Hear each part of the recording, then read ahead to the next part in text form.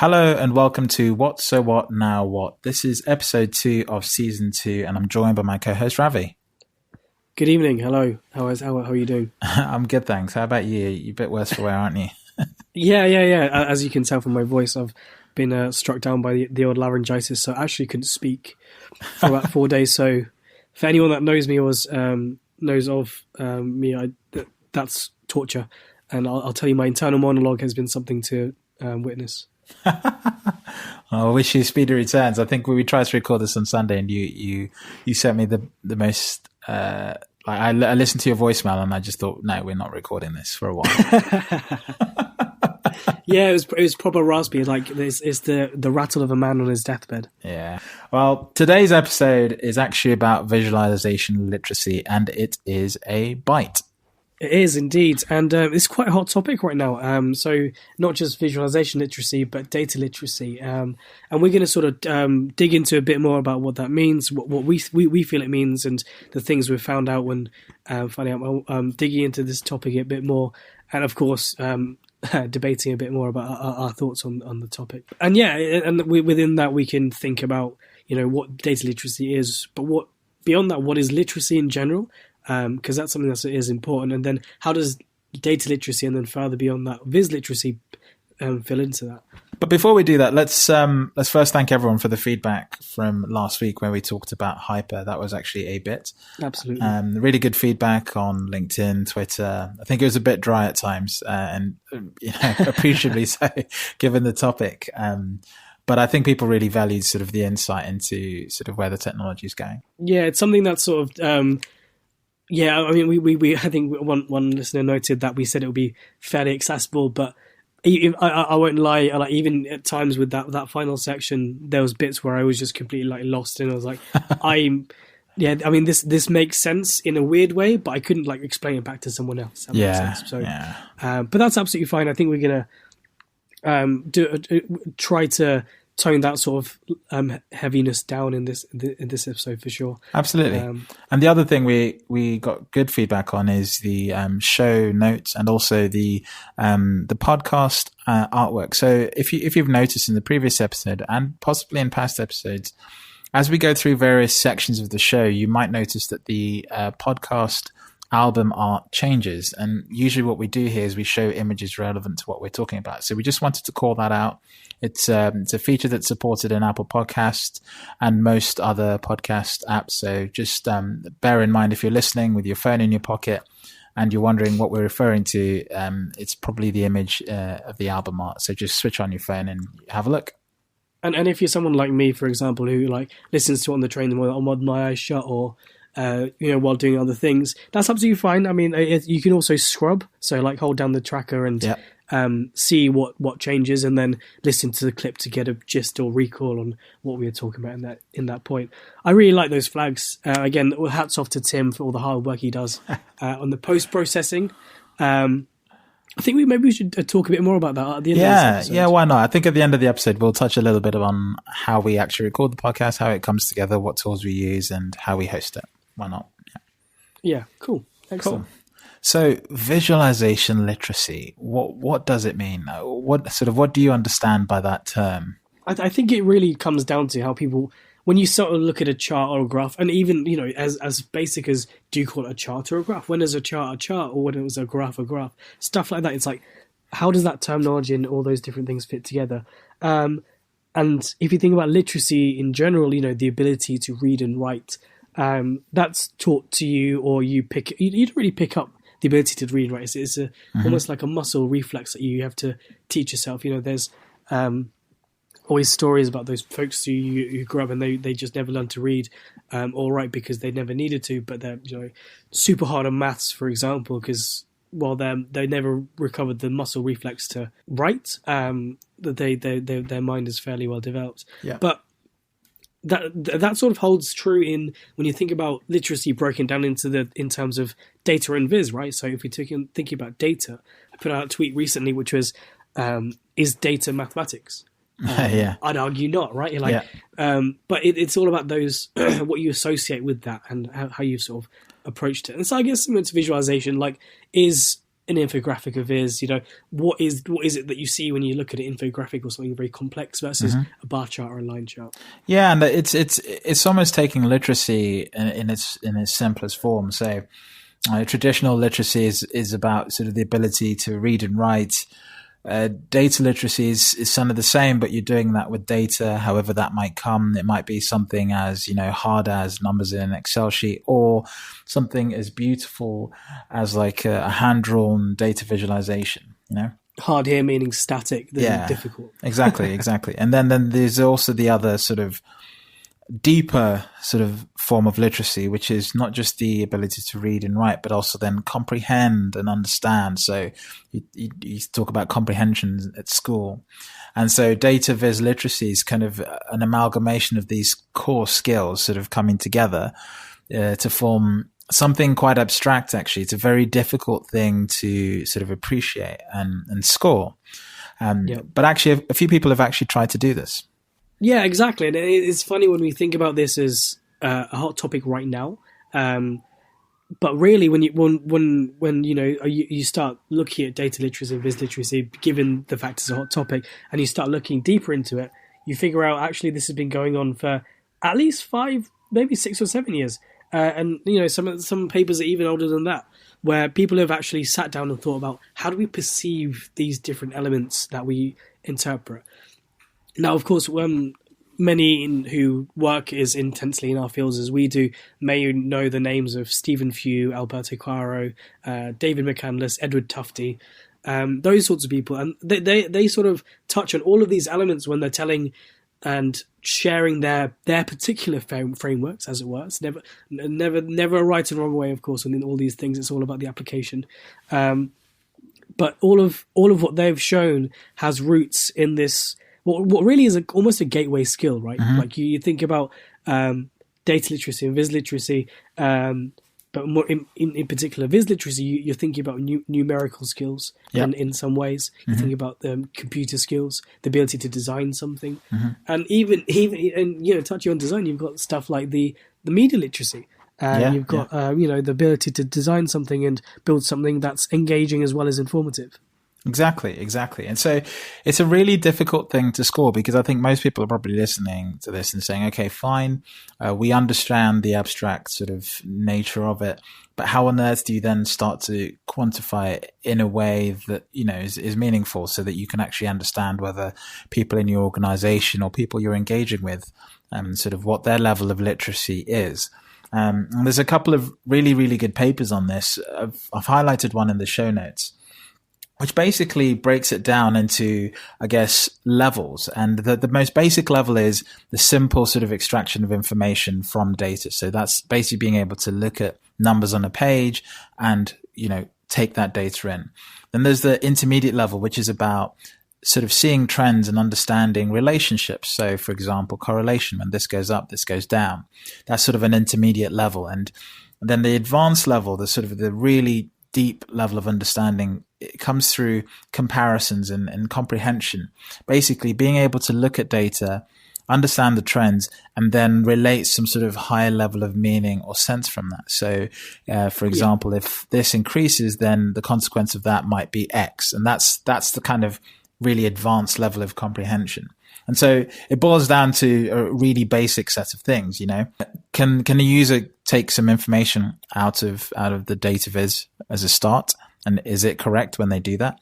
When they look at that chart, are their sort of thinking process activated? Sometimes you can look at something, but it doesn't get your sort of brain juices fizzing, as it were, which is actually a really important point we'll come to later. The things that I've been emphasized in the graph, whether they're outliers or, things that don't fit the trend, are those being perceived correctly? And then once you've done all this, are you able to sort of chunk it up into sort of visual pieces and then build a story? That's a very big word that's often used in this space. Are you able to then start to build a story? And that's why storytelling through data viz is a really important thing, because if you can help the user do that, then you're reaching this sort of really high level of understanding. And then the last thing is, I'm surprised this is last, but it's actually really important. As the user walks away from this, let's say in a week's time or 2 weeks' time, are they still able to remember what it is they digested from your visualization or from your piece of data, right? So does it have a lasting impact, right? And actually, I don't know, Ravi, when was the last time you looked at a data viz? Yeah, probably earlier on today. Okay. And do you remember the numbers that you took from it? I honestly cannot. Okay, but what do you remember about it? Yeah, so it was a visualization about Peter Crouch. Okay. And his scoring for his last 3 clubs in the Premier League. Okay, cool. So that's it. I can't tell you whether it was what the axes were, what the trend was, but I can just tell you that those are the key things that were in that. And what did you take away from it? Nothing. It was sort of like, yes, it was almost like okay, and then you just move on. There was nothing really. There was no point, yeah? Yeah, it was sort of almost a supplement to the wider story. Okay, and so it's really interesting. We'll come on to this example at the end, but the thing you took away from that visualization was just the fact that it was a visualization about Peter Crouch. And that was it. There was no salient point that stuck with you. And so that's a very, very good example of actually what goes on with every single data visualization, but you don't actually conceive that whilst you're building it. I bet you when you're building something or I'm building something, we build this sort of, I'm going to say, fanciful story in our mind about what people are going to understand and how much they're going to remember it after. But in real terms, I ask you what you saw earlier on in the day, and you can't even tell me, a pertinent number from that thing. That's so true. That's absolutely true. And I think this is something I learned so not so early on, but like the blood, sweat, and tears you put into a piece of work in the back end, the middle end, and then when you deliver it. And you try and tell someone like, what I had to do here was build this really complicated calculation. The data backend is a mess, so I had to clean it up in this really fancy way. I think it was a really inventive thing I had to do. But at the end of it, it's just going to be an image on a slide deck. Yeah, exactly. A slide deck, which is 83 slides long, and it's going to be flicked through after the one salient point has been made. Yeah. And you're just thinking, wow, I spent so much time purely because of the trust and the rigor that applies behind, like the fact that it has to be right, should anyone question it. Yeah. But that's so true. Like, I mean, the calling me out there is, I feel kind of bad now for the person that creating it, because that was completely unscripted, folks. Like, I had to really think about what I'd looked at. I mean, for me, and when as you said, Tim, when you're designing this stuff, you're thinking, so I'm doing this specific design choice in order to sort of nudge the user to think about this and add this level of interactivity. When really, if we're completely honest, if we create interactive visualization, I'd even hesitate, not even 5% of users will click through. Yeah, exactly, right? exactly. That's just fundamentally what it is, unless it's something like that has to be like you have to click through in order to get any sort of information from it. If you can get it from the static image, you sort of consume and move on. And the thing is like you were looking at a fairly, I'm going to say, extracurricular data viz. You're kind of just interested in sport. You're looking at this, so there isn't as much pressure, for example, as you would have in say a business context where people need to understand the numbers and they need to get the salient point from these data visualizations. And so how do you make sure that comes out in a reliable way, not just to one person, but to everyone in your organization who has access to something like that? And it's exactly that. And like, how much time are they going to spend? And that's where the visualization literacy point comes in, right? You have to really understand at what level are all your users at, and at what level are people going to interact at it with exactly. it, right? Yeah, exactly. And this is where things get really interesting. I want to sort of pivot now to the so what. So now we've sort of broken down visual literacy. We've broken down why it matters.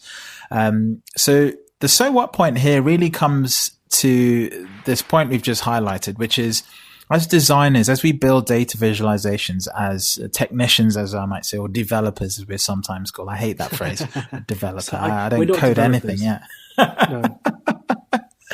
But as developers or technicians, whatever you want to be called, we sort of get carried away in our own skill set. And I think this is more so, especially when the tools are good. When the tools are good and easy, it's easy to build more complicated charts or more complicated designs, or really, I'm going to say, extravagant visualizations that we think do a better job of showing some sort of behavior. And so there's a study that was done in the US where some researchers essentially took a set of visualizations, to a museum, okay, and a science museum is a fairly self-selected crowd of people who you would think have a natural interest in sort of information and data, right?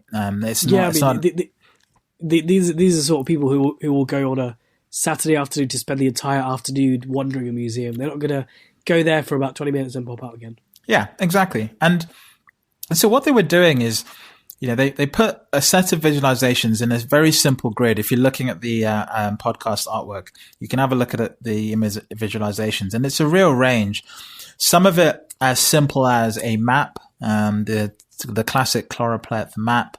You've got small multiples images. You've got a few networks diagrams and Sankey diagrams, a few tree diagrams, some standard bar charts, with the 50-50 split that you often get with on gender. There's an underground map. Yeah, exactly. And there's a word cloud, okay?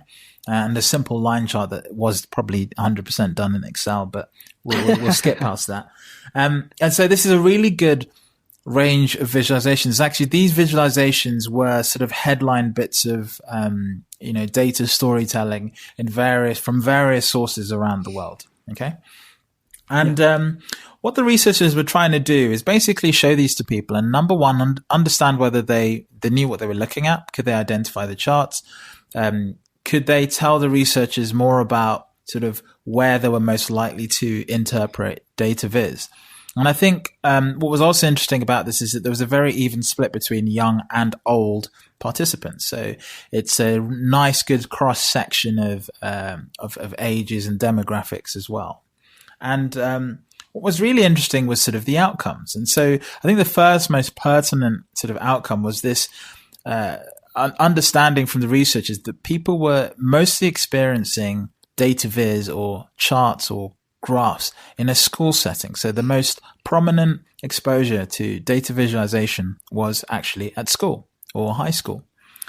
And then that was about 50% for youth. And for everyone else, it was mostly in the news and so on and so forth when it came to that youthful age. Yeah. But that sort of makes sense, right? Like you and I, like when we were in school, we learn about I always say like the first chart you learn is the bar chart. Yeah. Then the pie chart, then the line chart. And then maybe you'll do the scatter plot when you're in like high school, looking at like y equals x squared and all of that algebra stuff, right? Exactly. But I mean, then beyond that, if you don't choose to work in any sort of analytical career, then you're going to end your primary source of interpreting data and data visualization will be through the media and other such outlets, right? Exactly.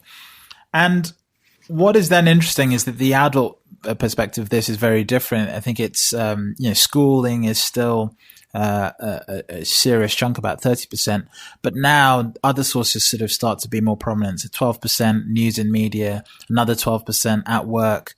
And then other contexts might include books. So data viz is often used in books as a way of communicating information.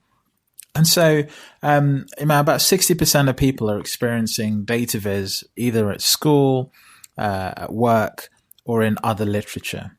And through this exposure, they did a really nice sort of matrix of people's understanding of different chart types. And they basically asked people if they could correctly identify chart types, right? And it's fascinating because if you take a simple chart, a simple line chart, only 63% of people could actually identify it correctly as a line chart. Okay, you even had numbers such as 10% thinking it was a map, which is really interesting. Okay, and then if you go up to a graph like a typical bar chart, that has quite a high level of understanding. But even that, only 75% of people correctly identified it as a graph. And it's absolutely fascinating because we often think something like a chart or a bar chart are the simplest forms of charts you could possibly use. Like, how can someone not understand a bar chart? But apparently that's the case. But I think there's other elements within this, right? So it's not just the fact that it comes down to if you don't have to use that muscle so regularly, like, similar to what we're talking about with reading and writing. Yeah. Think about writing in different languages. So I, for example, speak and write in a second language, which is Gujarati. which is the language that my parents use, we speak at home. If I don't regularly write in that language, there can be times where I sort of forget the right sort of, it's not really a letter, it's like the symbol we use, and in the correct usage of it, because you have to really think about it. And again, I guess this almost follows the same sort of mental process where you have to really think about, what am I looking at? And we looked up here and sort of said that line chart is definitely in Excel, and I think that's also something to not really turn our nose at too much either, because exactly. I mean, me and you both started in Excel. That's actually where most of, I'd say almost everyone has created a chart. If they've created a chart in a computer program, that's where they would have done it. They wouldn't have chosen Tableau, for example. They wouldn't have chosen Power BI as a default. They wouldn't have gone and learned R to use ggplot, right, to create a line chart or a bar chart. So it's really interesting to always see people be like, oh, we're using it, so you should really get yourself onto one of these more beautiful looking tools. Going back to your point on, the naming thing is so important. Yes. Like, how do we name things, and how do we sort of approach that? I think further in the study we look at the network layout chart. And it's like, how many people called it a network layout? And the answer was 2.6, and the most popular answer, of course, was it's a graph. Yes, right? Like, exactly. That's what it is. Like, I can't tell you what type of graph it is off the top of my head, but it's a chart.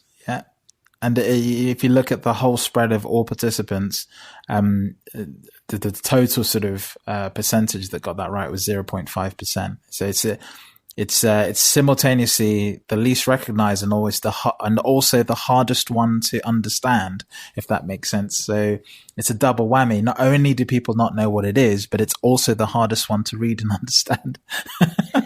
And this we'll get into more into this in the now what sort of section where we talk about not quite viz crimes, but things that you have to really consider when you're creating something. The thing we talked about where, when I look at a chart, what am I going to actually retain from that? And then also we'll touch on like the ways you can make sure someone retains a certain part of information, right? Exactly. Because with a network chart, as you say, it's really hard to interpret, but the reason people like it is because the thing it does is it shows relationship. And and it adds a spatial element to it. It shows transfer and movement, doesn't it? But if you immediately don't understand that, you don't get it. But this is another one of these things where it's like, but when you take the time to understand that, and you stand there for about a couple of minutes, really digesting, and then you start exploring it visually, then it starts to make more sense. But again, that viz literacy is not only just about understanding things, but also having the patience to allow yourself to understand it. And it's also about whoever's building it bridging that gap. So if you are going to do something like a network layout, well, expect to maybe educate the user on what a network layout is. So maybe give them a legend or some guides or something, like do like a small network layout diagram just to show them how it works with something very simple, and then introduce them to the more complicated one so that it doesn't hit them so hard. So not only are they having to understand the topic, but also something else. But we'll come on to this a little bit later on, actually. We've got some great content we're going to signpost people to about what actually matters when you're building a viz. But just to sort of close off this section, I think the other thing about this is that when people are looking at visualizations, there is a social element that's not often talked about. If you do a very simple thing, which is you take a scatter plot, let's say it's another sort of contentious chart type, and you show it to just one person, that one person in isolation might find it harder to assimilate and understand that scatter plot compared to if you show it to a room of maybe 15 people. And the reason here is that there's a really famous project run by the New York Times where basically they take data viz from their news stories and they educate children through it. I'll put a link in the show notes to it. And what is really interesting, and they started noticing, is that where students didn't have an understanding of a topic, they would look at their peers and see what they were saying and how they were reading it. And then in subsequent exercises, you'd find those same students borrowing language from their peers, if that makes sense. So it's this idea of, if you have champions in your organizations who get this, actually immersing people around them or putting those people into situations where maybe others who aren't as familiar with data viz, and that kind of knowledge could rub off because people are learning from each other. That sort of social learning sort of happens in a collaborative way, and that actually lifts everyone's ability to understand that. And there's nothing wrong with that, of course. Yeah, it's just another type of understanding. Exactly, and I guess me and you both see that firsthand with the 4 months at the data school, because it's like when I personally came in, and I think we talked about in the previous episode about learning and being taught Tableau, discovering Tableau, and for me it was like regular hammering of the points of things such as Andy being like, remember about the context you want to show, like framing this in a certain way, remember to annotate these things correctly in order to shape the story and use these elements within the chart really, in a different way, just to help your user. Like that sort of thing, you don't learn until like you're not, I don't want to say corrected. I want to say nurtured, because it's one of these things about feedback. It's like you don't give feedback without request. You sort of almost say, would you like some feedback? I think Fee Gordon did a really good piece on this in her talk at TC. It's like, you do the good feedback, here's something you can improve on, but overall like it. And then that's the sort of that repetition builds that muscle back up, exactly, to help understand where someone's coming from. And actually also, when you see a community of people doing the same thing, you're more likely to take an interest, because there's sort of two sides to it. Number one, you don't want to be left behind, and number two, you want to be part of it. I think that's, one of the strongest aspects of initiatives such as Makeover Monday or Viz for Social Good, or any of these sort of, DataKind as well, if you've ever come across that in the UK. Those are all using the same sort of peer collaborative involvement, sort of, and gaming it in a way as well to make it interesting, and people are engaging with it in that way. And what I really like about those is it's not just the fact you're in a community where you're learning and almost learning and copying off each other and like developing that. They're also being challenged, right? This is what's moving this field forward. This is why we always like come back to similar arguments about pie charts and whether a truncated axis are good or bad. And this is why we continue to have these debates, to make sure that we're re-educating and relearning these muscles to think and challenge the way we do, just so you're not flat out shutting someone down. Exactly. Okay, so I think we've ringed that top part of the topic out pretty well. So what we now want to do, now we've talked about this topic in depth, we want to sort of enable you to start building your visualizations with certain factors in mind. And so we're going to lean on some work done back in 2015, actually, by Helen Kennedy and Andy Kirk on a project called Seeing Data. And this is a very interesting Professor research Helen project. Kennedy from the University of Sheffield. Yeah. And basically what they did is that they had a slightly different approach to some of the examples we've talked about. But they ran a series of focus groups, and they basically showed people some visualizations and asked them some pertinent questions. I'll actually link to a good podcast episode on that particular study. You can listen to it on Data Stories. But the most interesting part of this is actually the takeouts from it. So they come up with like a 3-part blog post, which basically talks about the factors that most influence sort of what people actually remember in a visualization. And I'll sort of start this backwards by actually going to the conclusion first, which is the key factors that sort of move us when we look at a data visualization. So I'll just list this out, and then we can go through them in a bit more detail. The first one that ranked the most important is subject matter. The second was trust. The third was time. This is time to sort of understand what you're looking at and read it and understand it. The second from last was confidence and skill. So people's sort of innate ability to look at the data and take it in. And then emotion is the very last one. And this is partly about design, but it's also just generally how a data viz sort of or visualization makes you feel. So I don't know, Ravi, what do you think about those? I mean, I love this stuff, right? Like, so given I study economics and sort of had a focus on behavioral economics in my final year, this sort of stuff has really interesting to me because it focuses on stuff like nudges, which as you know, I'm a big fan of. So let's start off with subject matter, right? So yeah, as you said, for example, let's go back to Peter Crouch again. It's something I'm interested in, but as a less casual observer.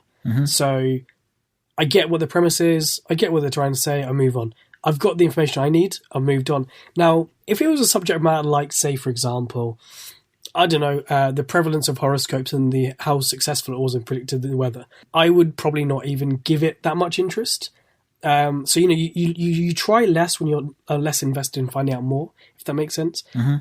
If you have a vested interest in figuring out what the subject matter has and where it places within your reader, or even yourself, it changes the way you interpret a viz, but also design a viz, because that layer of context and that layer of information about the type of person you're designing for and the type of person that will consume it, that really matters when you're designing this sort of thing. Exactly. And I think the most interesting thing here is the thing you took away from that thing you saw earlier on today was the fact that it was about Peter Crouch, and that's still with you today.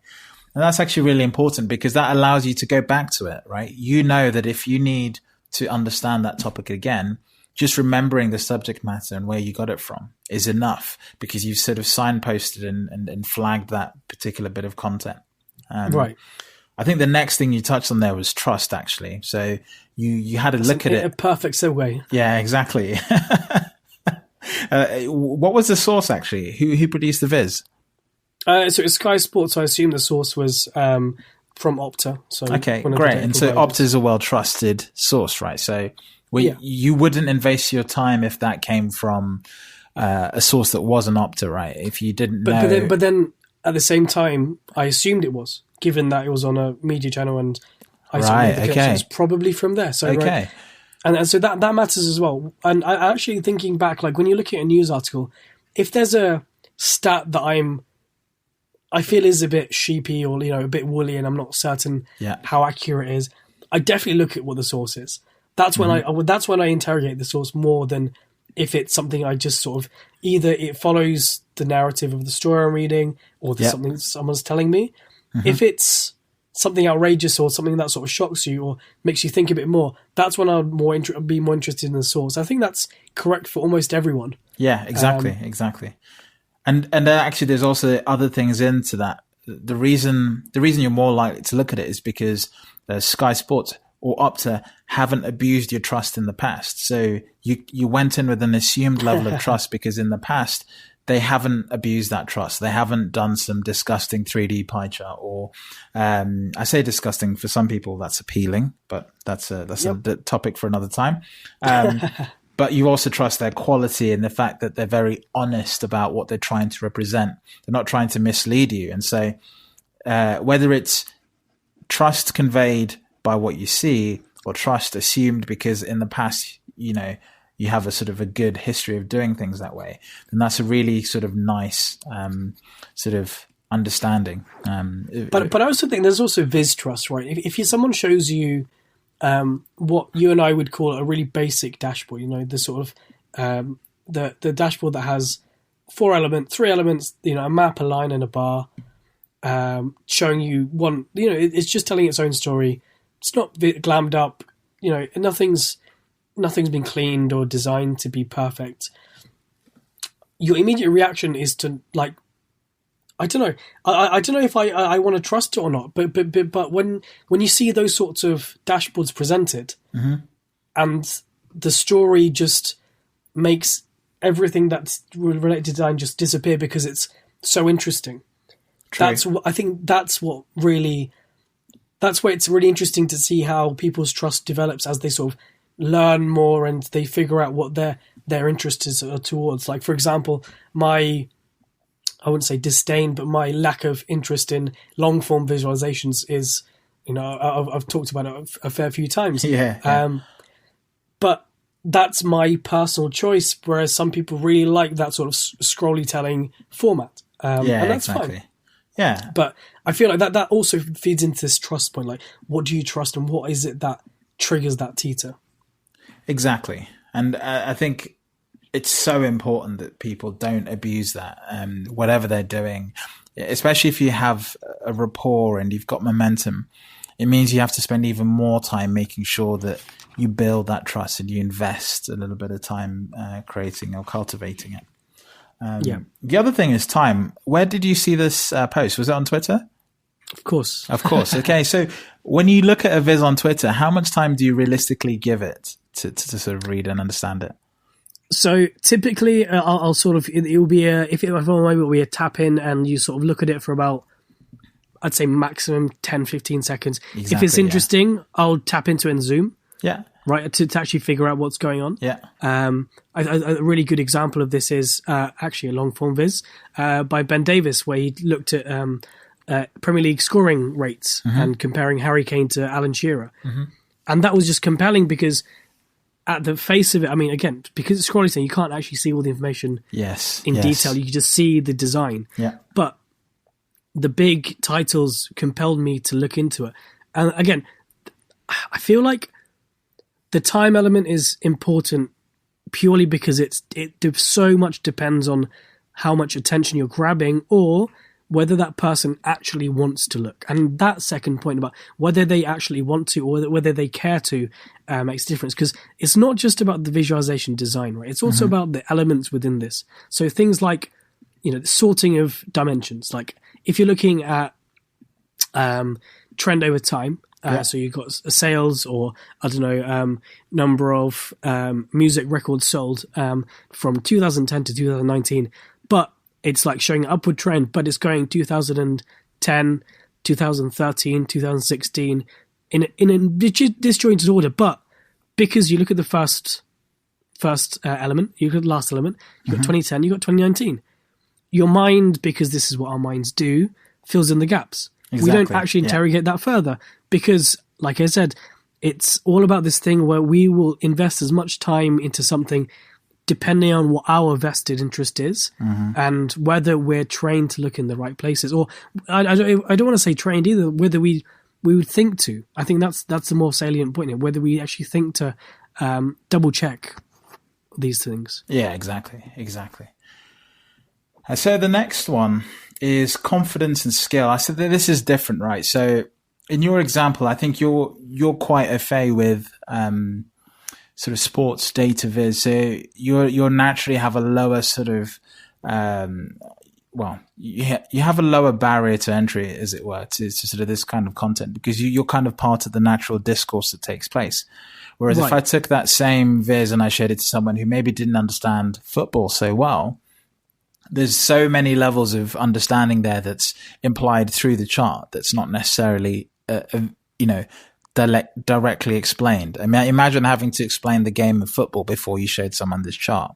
You wouldn't or imagine having to explain what a chart type is. Yeah, exactly. So explain the chart type. Before you explain the subject. So the subject is the works both ways, right? Because you might be expert on the topic, but not understand the chart. Yes, exactly.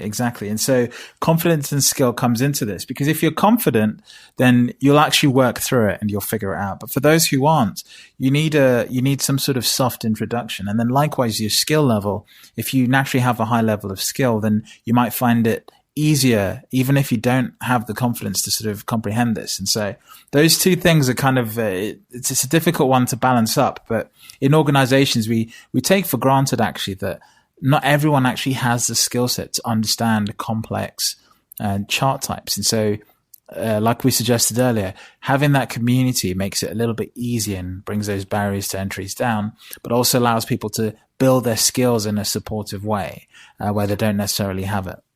And the medium really matters as well, right? So if someone showed me a network chart while they're explaining a story about, the fact that they took all these different parameters, put them together, and this is what they found, it's like, wow, that's amazing.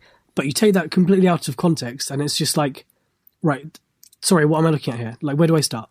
Exactly. It sort of has that element to it. And that always happens with like charts with color explosions on them, or charts where there's loads of different layers going on. There's loads of text versus the amount of charts, and those sorts of images versus the amount of information. Yeah. And that leads nicely to design, actually, which is mostly encapsulated by emotion. But I mean, it's funny that design hasn't been a pertinent point in all of this, right? Nowhere in all this research has great design been an outcome of, great understanding of data viz. But I think when we talk about emotion, that is where design plays the biggest part. You talked about Ben Davis's sort of long form data viz. And you see, that is an example where design, and not in the literal sense of, colors and graphics, but by choosing to make it long form, he naturally sort of lowered that skill sort of confidence gap, because he made you assimilate it at a certain pace. By making you scroll down, he's making you taking information at a certain pace, which means that you're taking it in and getting an education. And that is one advantage of the long form, is that you can actually break a story down, and as someone engages with the content at their own pace, they're understanding it. And, two people will scroll at two different paces.